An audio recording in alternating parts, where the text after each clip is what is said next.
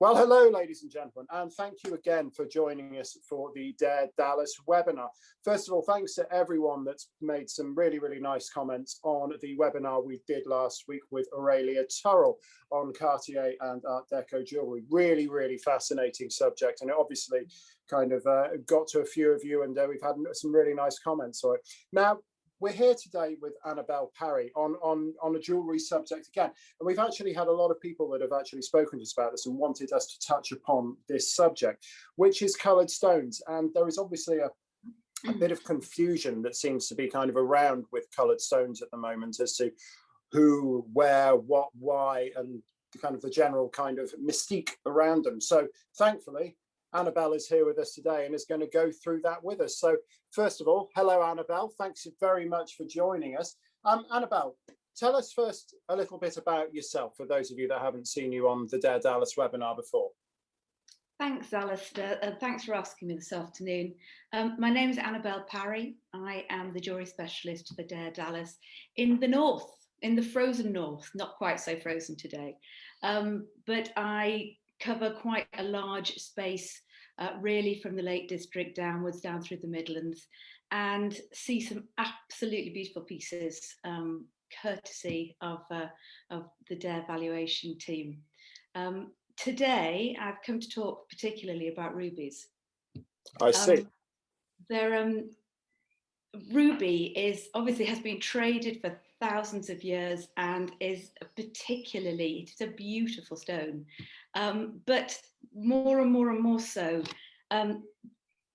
rubies are it's apparent that rubies are selling at auction for £10 million, and you can also buy them on the internet for as little as £10. And I suppose the question that I get asked is, why is that? And so I just wanted to really chat to you today about really why that happens and what the breakdown is. So first of all, let's talk about rubies in their most basic form. We've got an image here. So what can you tell us about a ruby in itself before we get on to when they've been kind of played around with a little bit? So on the screen is a natural ruby. It is aluminium oxide, and with some trace elements of normally iron and chromium. Ruby, believe it or not, is the same as sapphire. It's the same mineral, and one is turned red and one is turned blue, but essentially coming out of the ground, they are the same, obviously apart from the colour. And sapphires can actually be any colour at all. They can be yellow, they can be orange, they can be blue. With rubies, they are only ever red and pink. So if you're writing a valuation and I have a sapphire, I actually have to state what colour the sapphire is. Usually if you're talking about a ruby, it is assumed to obviously be red. But they come out of the earth in relatively small sizes. And so this is one of the reasons why people over the years have used garnets, or they've used tourmalines, which are beautiful pink and red stones, but you can get in far larger sizes. Is that why you generally tend to see a lot of garnets in 9-carat rings, for example? Very, very much so. And really large tourmalines, sort of gorgeous rubelite tourmalines, because you can get those sort of 15, 20 carats. But with rubies, they're so far between. Usually a good ruby you won't find above about 4 carats, or they start getting very, very expensive. I was looking, obviously, for this talk. I wanted to have a look at what was going on in the auction world generally this week. And in fact, I've just written it down. Sotheby's sold this week, this is how current it is. This week, they sold a 3-carat 61 for £151,000 in Hong Kong. Did we have an image of that? I think hopefully it's the small image, the one set into a ring. That's it. Yeah. So it's a 3-carat 61. It is literally probably, it's not very large at all. I'm trying to think by millimeters how big it would be. Not big. Beautiful diamonds in the shoulders, but the reason it has a beautiful report on it, it is just a beautiful stone. It is unheat treated, it is from the right place, but that went this week at £151,000. And then while I was looking, I think you have an image as well of something I found on Etsy. So I found this 20 minutes later while looking at things available in the UK that we could all go and buy. And so this is a 1 carat, obviously a third of the size, but it's a 1 carat. It is stated it is natural, it's unheated. And this is a ruby as well, but it is £309. And so even if we were going to triple that in size, you're still only looking at about £1,000, maybe a bit more for the stone. So why on earth is one £300 and one £151,000, both available this week? And the answer, the key answer, falls into 2 particular areas. One is the locality it is bought from, or rather mined from, and the other is how many treatments it's had put to it. So talking about treatments, obviously for those people watching this that don't know, are rubies one of the only stones really that do have treatments, for example? So with diamonds, are diamonds generally, and I'm sounding like a big amateur here, but are diamonds fresh out of the mine, then cut and then put into a ring, or are they treated, or is it just rubies and other coloured stones that are treated? I'd like to separate diamonds out, because diamonds and coloured stones are really treated very, very differently.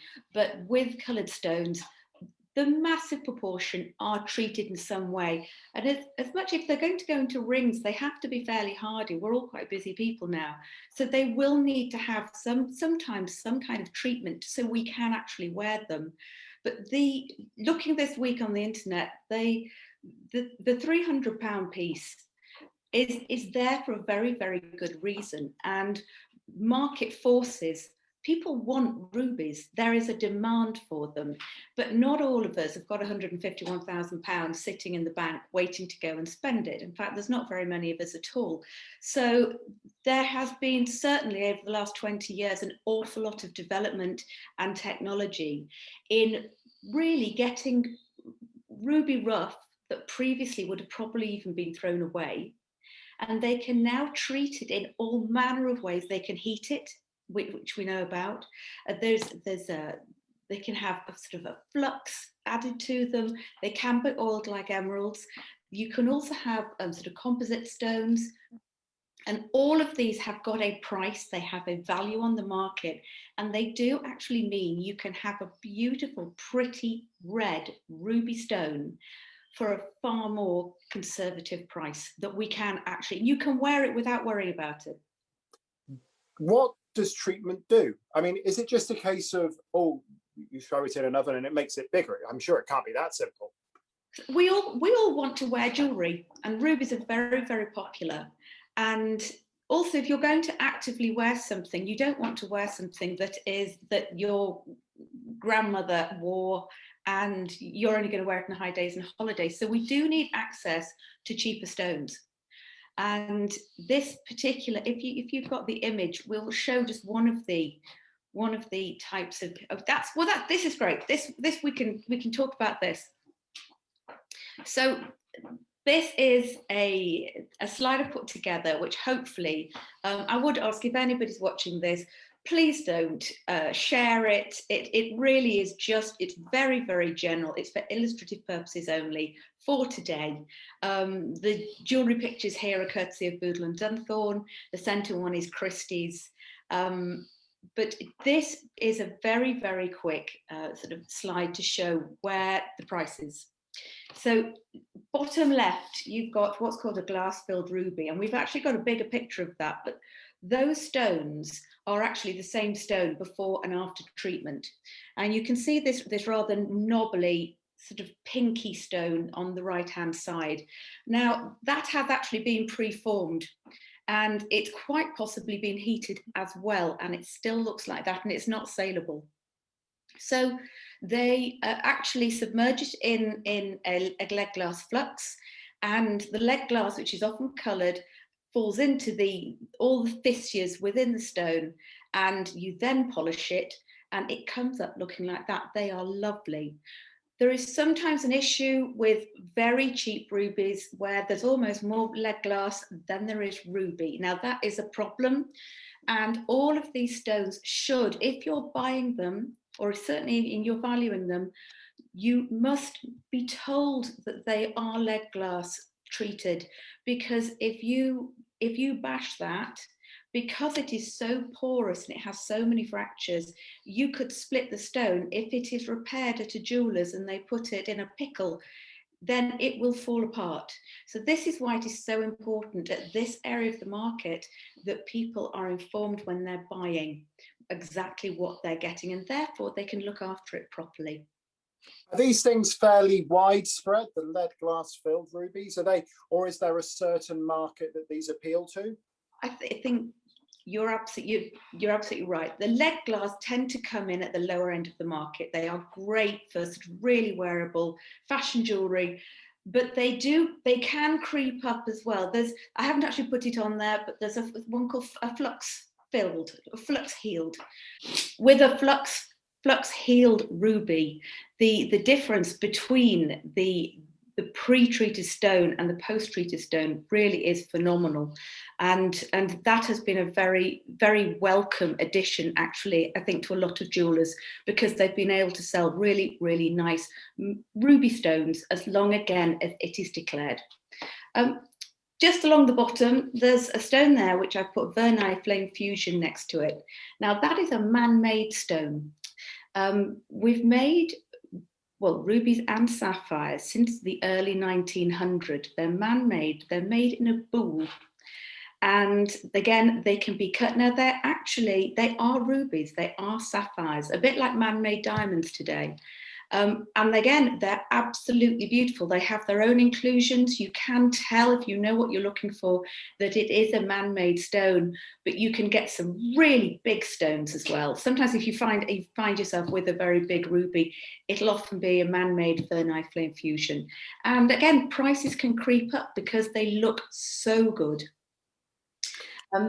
Next, so the colour of these stones, I'm assuming that there is differences in colours as you go along the scale, or is it really a case of you can have one of those flame fusion stones, and when it gets to kind of the comparison between a lead glass filled, and we'll come on to the Burmese rubies later, is it easy to tell the difference, or is it literally a case of you really need to know the history behind the stone?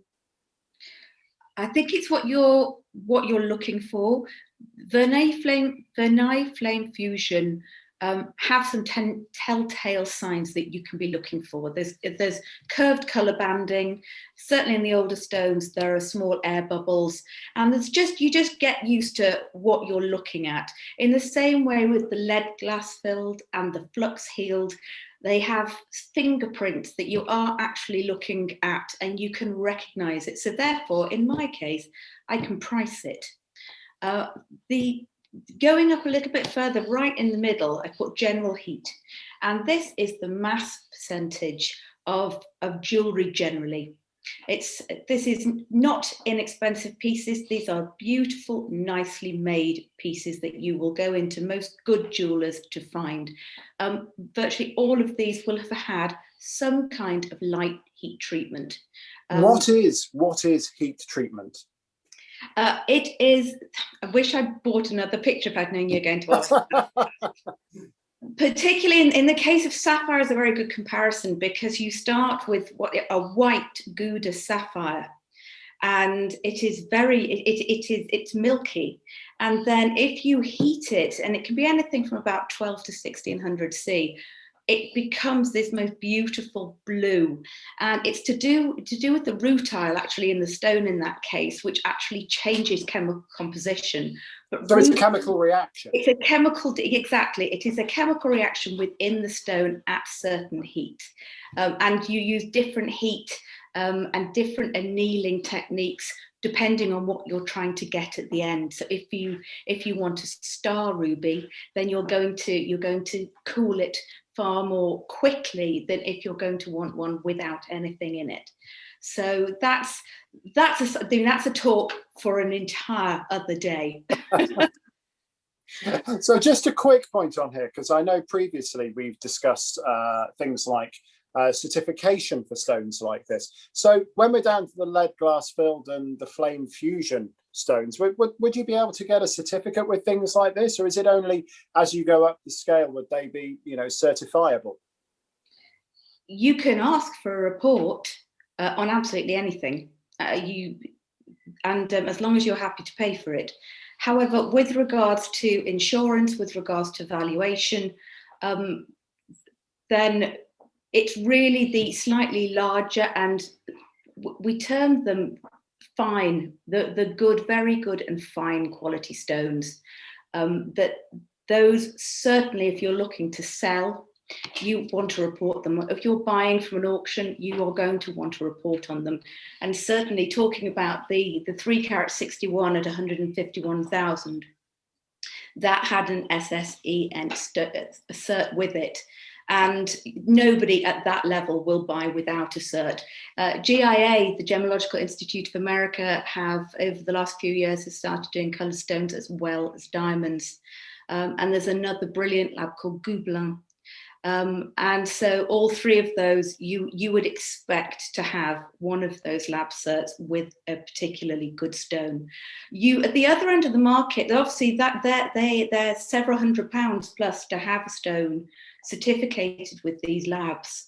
And obviously if you're only paying £250 for a ring, then cost-wise it's not worth having it done.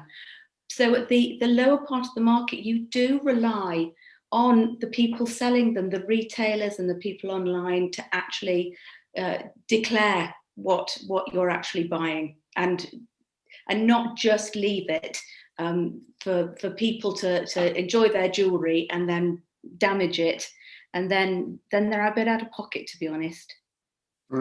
Well, it's one of those kind of, as you say, it's a weighing up kind of scenario, isn't it? Whether it's worth it or whether it's not. And if effectively you can probably replace it for not a lot more than a certification. But as we get on to the better pieces, which is a little heat and special locality, when you talk about special locality, are we talking about the source of where these things have come from? Absolutely. I think it's very common knowledge that really the best rubies, or it is considered to be the best rubies, come from Burma. And they're considered to actually light from within. They almost glow. That's what the beauty of a really superb ruby, which a lot of us don't get to see.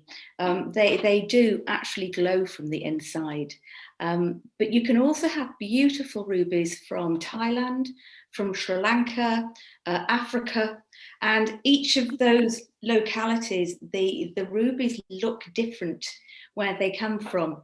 They can be, so the African ones are slightly darker, and then the Sri Lankan ones are often, well, certainly the Indian rubies are often very pink. So again, just looking at them, you'll get an idea often where they're actually from. But then there is a financial financial sort of, what's the word I'm looking for? Sort of pecking order. Okay. There's a sort of popularity of where they're from, and therefore certain, I'm not going to say here, but there's certain localities will come up higher at the pecking order, and you would pay more money for them because they've come from there. And so purely based on the top. Yeah, Burma would be the absolute top, and then there's a pecking order usually for the others. Gosh.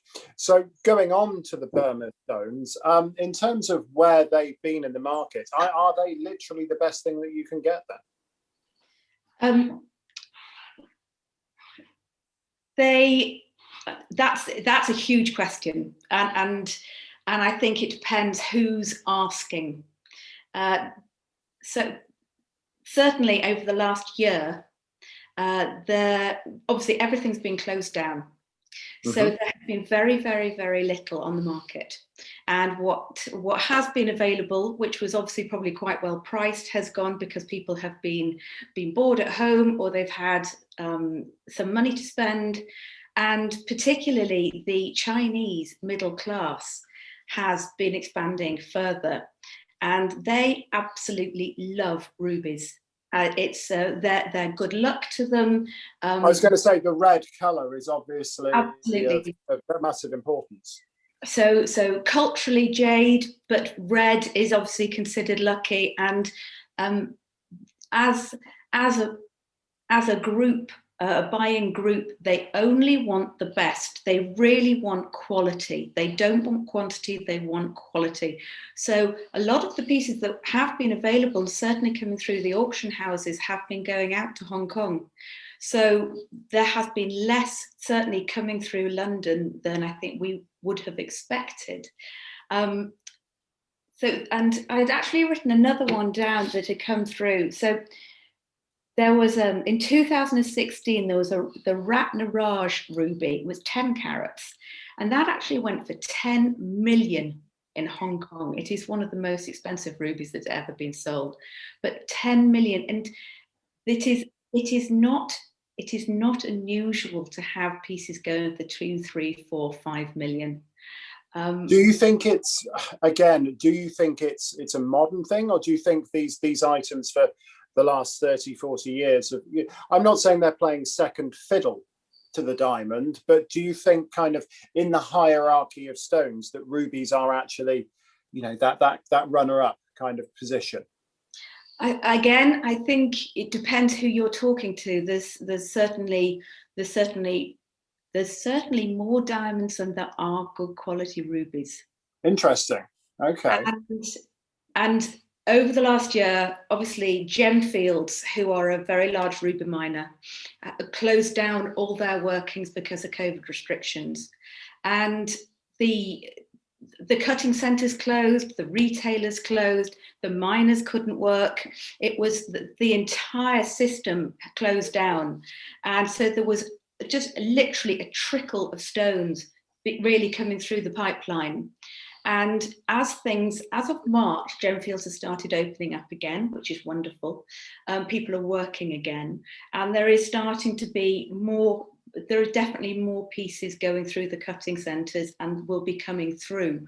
But trying to find really good quality ones doesn't happen every day. It's like finding a really super diamond.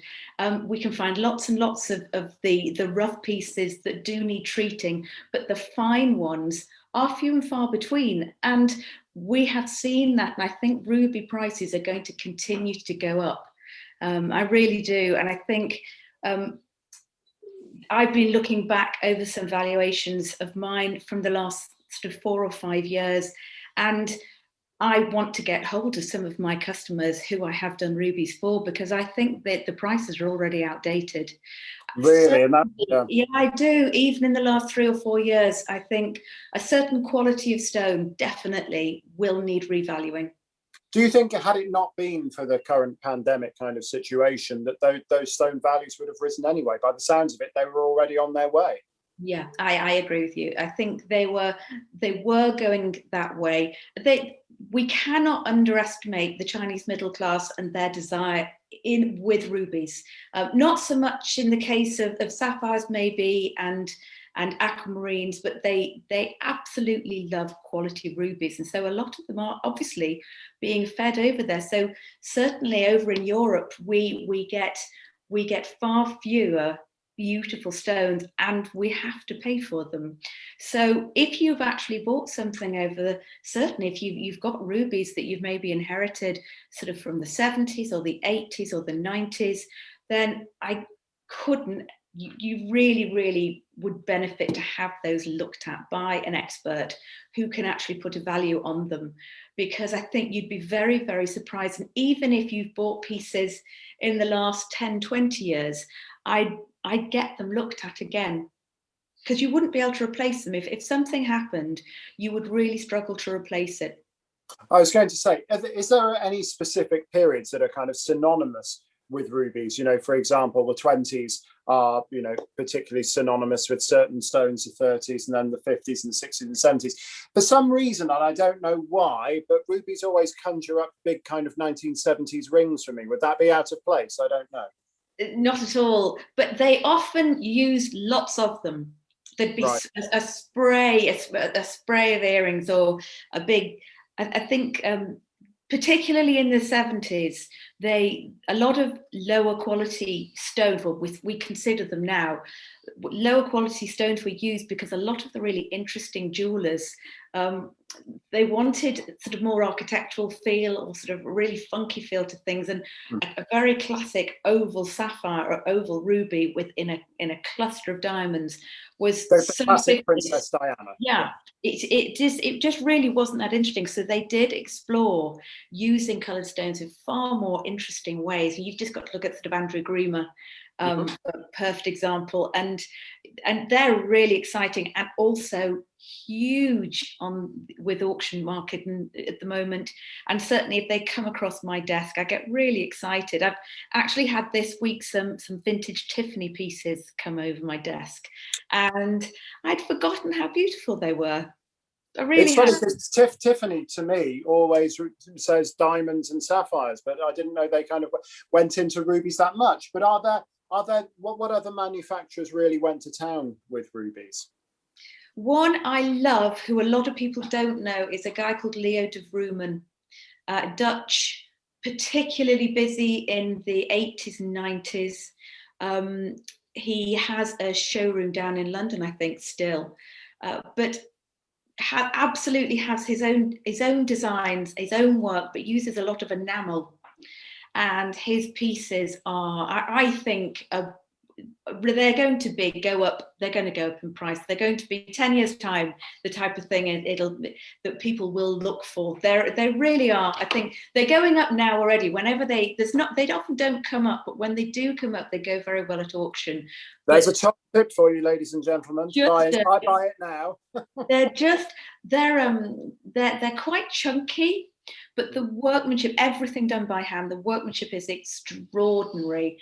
And there's quite a nice 80s vibe by some of the pieces, which obviously is very, very popular at the moment. Fantastic. And I'm assuming a lot of the other mainstream people like Graff or Cartier and other manufacturers have explored rubies to a certain degree as well. They will always have rubies in their, whatever their latest sort of group of pieces they're going to be developing.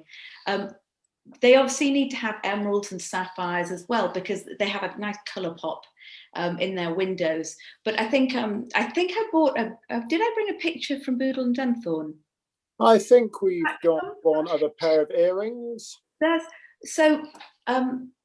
done some work with Boodles. Now, Boodles are an English jewellers. They are still family run, fourth, fifth generation, I think, based north and south, which is why I know them quite well, because they've got quite a good footprint up here as well as in London.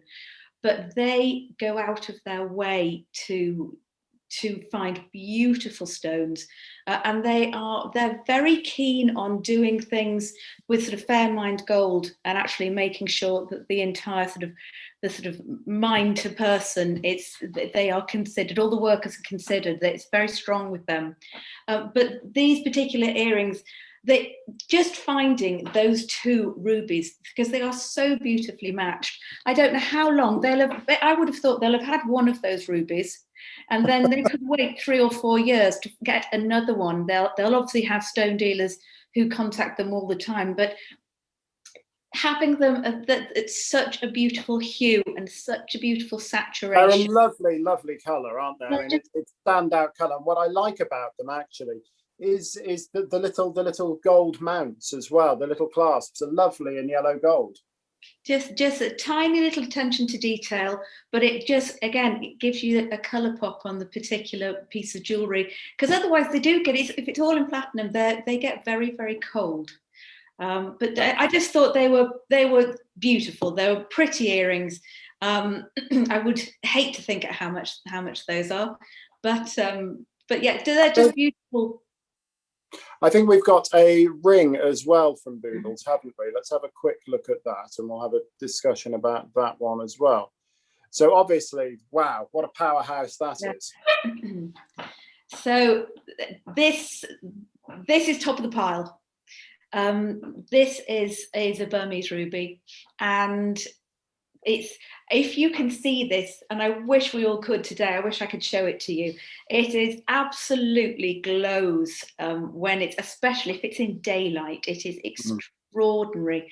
And here we can see it's got oval diamonds in the first halo, and then it's got pink diamonds around the outside. And again, talking about that color pop, the pink and red, you usually think, no, that's a terrible idea, but done well, and again with these beautiful talon claws over the ruby, it is just a beautiful piece, and is a piece which will adorn a very lucky lady's finger and probably go down. It's a family piece. And some people feel very strongly. I think it's 40 years, isn't it, is it Ruby for 40-year wedding anniversary? Ruby wedding anniversary, yes. So maybe that's it. Thankfully, I've got a few years to save up. Yeah, me too. No, it's a charming ring, as you say. The color combination with the pink interspersed by the white diamonds, I think it makes it, and you know, just that, as you say, that attention to detail with the yellow gold clasps, those double clasps as well. It's just gorgeous. And it's the base of it. I can't quite make it out, but it looks like a lot of the framework is in yellow gold as well. Do you know, I hadn't looked that deeply. I would have thought, I would have thought it's in white, because you usually set diamonds against white, otherwise they'll reflect the yellow. And so they, especially if they'll be very fine colour, you don't want the diamonds looking yellow at all, especially next to pink. No, that's true. That's true. Yellow and pink often don't match. But if I'm so glad you asked me today. And if anybody can take anything home from today, it's that rubies are, a lot of people consider them to be sort of, I think, a bit old-fashioned. And they're certainly, I think they have an entire life of their own. They are beautiful, but they're very versatile. They're wild. There's a lot of colour around. Certainly this summer, there's an awful lot of colour on the fashion, on the catwalks. So, you know, if you've got rubies at home, dig them out and wear them. That goes for the men as well as the women. You know, dig them out. I hate seeing jewellery sitting in drawers at home or just sitting in somebody's jewellery box.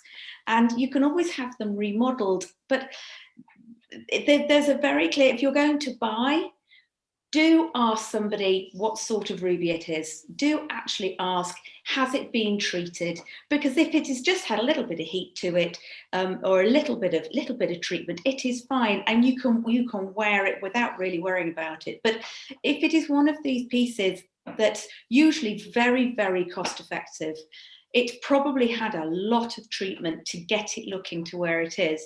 And even by sort of, if you're doing your nails with nail varnish remover and things like that, that can actually affect the table of the stone. So I think you'll probably buy what, you get what you pay for a lot of the time. But I just want you to realise that there's a big scale on rubies and there's a massive cost as well. And everybody finds somewhere where they're happy, but it's as long as everybody has the right information when they're actually making those purchases. Fantastic advice. And I suppose the only other advice to offer is the fact that if you are going to make those purchases and wear them, make sure they're valued and insured properly as well. Absolutely. And yeah, I think I've said it already. And if you're sitting on something from 70s, 80s, 90s, I think it would be a very good idea to have it looked at. It's not expensive to have a piece of jewellery valued.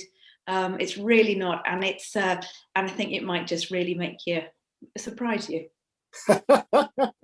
Annabell, I think we're just about out of time today, but thank you ever so much for joining us on the Doerr Dallas webinar today. It's been fascinating, and I think my desire for knowledge on heat treatment has actually been been filled. So thank you for that. Ladies and gentlemen, thank you ever so much for joining us today. Always a pleasure to do these every week for you. Obviously, the next one coming up next week, and please do get in touch. As I say, the reason why we did this one on coloured stones today was after a few inquiries from some of our clients who were interested in knowing what the market was and why coloured stones are different in terms of valuation. So please do get in touch if there are any subjects that you'd like us to cover. So I'll just say thank you very much to Annabell. You're very welcome. Thanks for having me. Take care, ladies and gentlemen. We'll see you soon. Bye-bye now.